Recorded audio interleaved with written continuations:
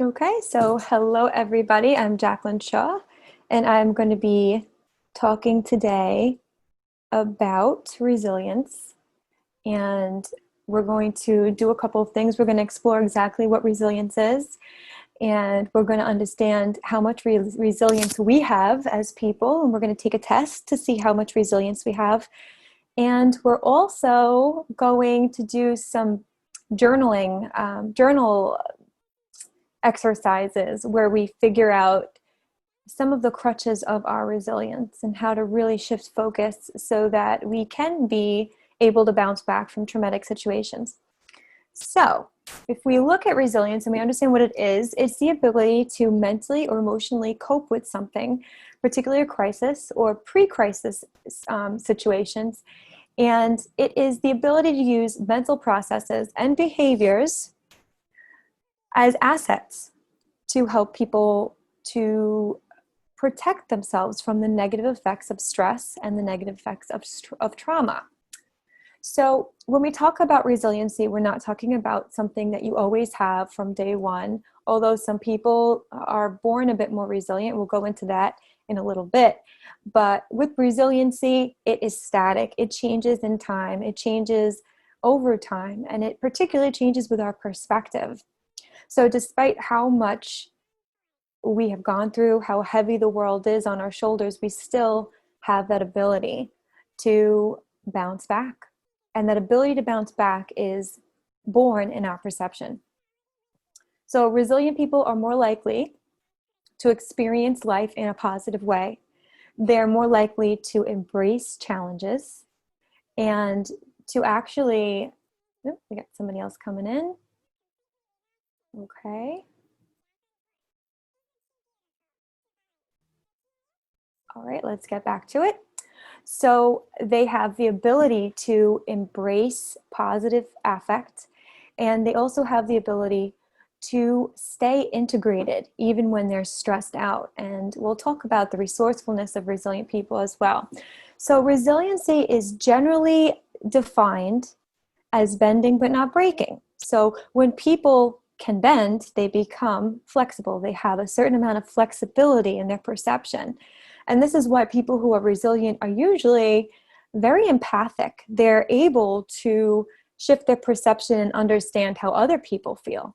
So you'll see that people who are very empathic and really compassionate to other people are really very strong in terms of resiliency. So these people adapt, even though stressors happen, even though trauma happens. Some people experience trauma and they replay the trauma in their minds over and over again. And other people can bounce back more quickly. And we're going to explore what exactly makes somebody bounce back today. So, there are psychological and behavioral capabilities, like I said. Remember, we did CBT a couple of weeks ago, and actually 2 months ago, we did CBT, and we spoke about how CBT is all about your emotions and behavior and your thoughts, right? So it's this triad of dynamics that makes somebody be able to cognitively process something better than someone else, right? But when we talk about resiliency, we're also talking about the thoughts, the emotions, and the behavior of people that make them able to bounce back. So CBT can up your score of resiliency. Who discovered resiliency? This is Emmy Warner. She is the first psychologist who used the term resiliency in the 1970s, and she studied children, a cohort of children from Kauai, Hawaii, and she noticed that there were a lot of poor children, and particularly children who grew up with alcoholic or mentally ill parents. She noticed that they weren't as resilient as people who were born of families that were more stable, parents who didn't have addictive problems, or that there was money coming in, right? So she said she know that the children grew up in these detrimental situations. Two-thirds, that's a lot. 75% of these people exhibited destructive behaviors. So let me just let somebody else in. Sorry about that. Okay. So when she spoke about this, she noticed that there was, however, 25% of people who could bounce back. Now, these are children we're talking about. Children whose grades suffered, whose relationships with their peers suffered, who were bullies, people who just could not integrate or be flexible with their surroundings and society. They weren't being successful. They weren't able to bounce back from the trauma they experienced in their family household, particularly if you're the child of someone who has a substance abuse problem. You're the child of someone who's not emotionally available for you. So these are people who they were almost destined to not be resilient. But she said, even with this group, there was 25%. She's being optimistic. 25% of these people did bounce back. And so she's looking, and since Emma, a lot of psychologists jumped on her bandwagon and they said, yeah, let's look at this. This is really important. And it is. And so as I was looking through some of the research of, okay, what are the qualities that a resilient person has? We see that, okay, so stress is not a factor. You deal better with stress when you're resilient, but stress is not a factor of whether or not a resilient person will go after a challenge, okay? It could be an extremely stressful challenge. A resilient person will still go into the heart of the stress of that challenge. A resilient person sees these challenges as opportunities. And like I said, it does have a lot to do with this flexible mindset that you adapt when you're resilient. They don't associate with a failure with lack of self-worth. So that's really important. So I see, oppressed groups, you can talk about in terms of sexism, racism, or whatever. When the world is telling you, you can't, these resilient people bounce back and they say, oh yeah, I can. And they prove it, and these people are quite rare when you look at the generalized society, because most people, they are what they learn, and they're not imagining something different. And in that imagination is the essence of flexibility, being able to imagine a life that's different than the life that you have now. They show strong commitment to what they believe in.